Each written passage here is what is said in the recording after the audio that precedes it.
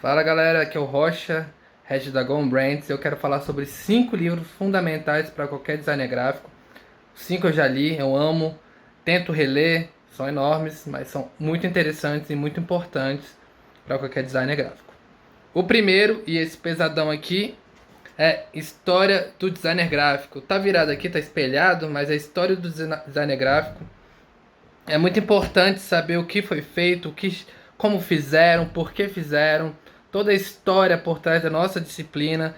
Ela é importante também para saber como se comunicar, né? O que já foi feito, ele já tem uma expressão, ele já tem um poder de comunicação, então saber reutilizá-lo ou adaptá-lo é muito importante para qualquer designer. O segundo livro é Essa Bíblia, não é de tamanho, mas é de importância. Elementos do estilo tipográfico do Robert Bigestor. Vocês estão escutando o WhatsApp aí, mas tudo bem, esqueci de apagar e eu não vou voltar a gravar. É, Esse livro aqui é fundamental. Design é comunicação e comunicação tem muito a ver com palavras, né? E a tipografia ela serve para potencializar o poder da comunicação de um texto. E esse livro aqui, ele é fundamental, ele explica tudo, é super denso, super explicativo, não tem, basicamente, quase não tem imagem, é basicamente texto, e é muito importante porque assim a gente consegue se comunicar melhor a partir de um texto. Os três seguintes, eles são um pouco semelhantes, na verdade, eles são complementares. O terceiro é Princípio de Forma e Desenho do Yusuf Jong. Então ele explica mais ou menos quais são os princípios do desenho, o que a gente pode fazer, como a gente pode desenhar, o que eles conseguem de alguma forma transmitir, os nomes, né, também as nomeações, denominações dos estilos de desenho. Então ele explica ali a partir do ponto, da linha, assim como os dois outros também explicam, mas eles vão para caminhos diferentes. O quarto é Sintaxe da Linguagem Visual. Esse aqui não é bem um livro de design, nem o do Yusuf Jong, na verdade, é de design. Eles fazem parte da arte plásticas, da arte visual. E aqui é basicamente o alfabeto visual. Ele vai falar sobre muitas coisas, sobre é, contraste, sobre equilíbrio, enfim, sobre como algumas coisas, como a gente consegue alcançar alguns efeitos e sentimentos a partir de formas ou de combinações de formas, né? Muito interessante. Ele consegue explicar a partir de contrastes o que é um, o que é outro. É muito legal, muito interessante. A gente tem que saber como a gente vai se comunicar. Design, acima de tudo, é percepção. Então, você colocar um símbolo qualquer, seja de uma borboleta, e não formalmente não se preocupar, você talvez não comunique o que você quer comunicar. E o quinto, Sinais e Símbolos, do Adrian Futterger, um dos maiores tipógrafos do design gráfico, né?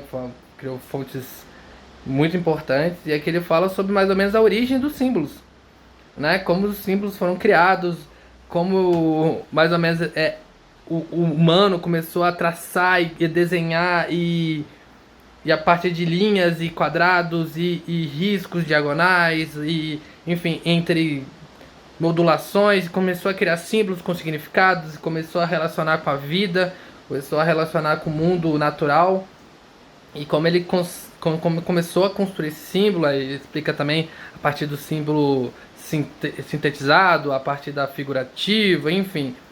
Assuntos muito importantes para o design, principalmente design de marca, que eventualmente vai precisar entender que tipo de comunicação vai fazer, né? Se vai ser alguma coisa mais figurativa, alguma coisa abstrata, alguma coisa sintetizada, minimalista.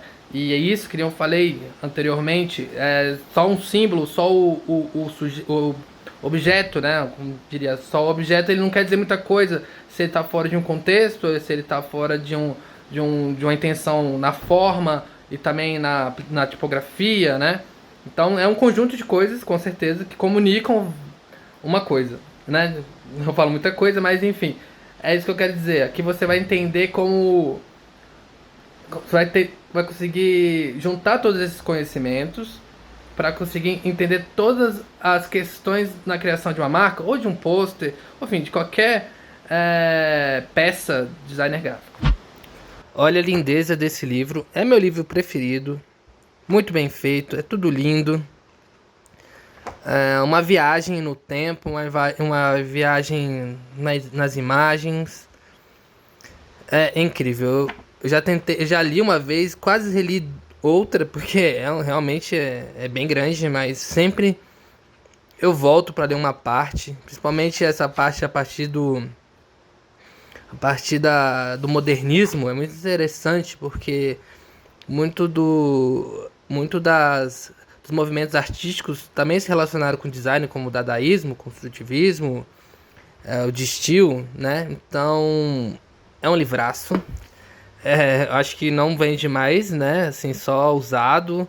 A editora era da Cossack Naif. Não sei se eles vão voltar a produzir. Eles não vão, né? Mas não sei se alguém vai voltar a produzir um dia. E eu sei que é maravilhoso. Livrinho do coração, que é sempre bom dar uma lida, porque tipografia é um negócio complicado. Isso aqui é uma belezura. Gente, isso aqui é muito massa. É muito massa. Assim, é muito interessante você entender. Ele sempre fala sobre seguir as regras para poder quebrá-las, né? Ele é muito disso.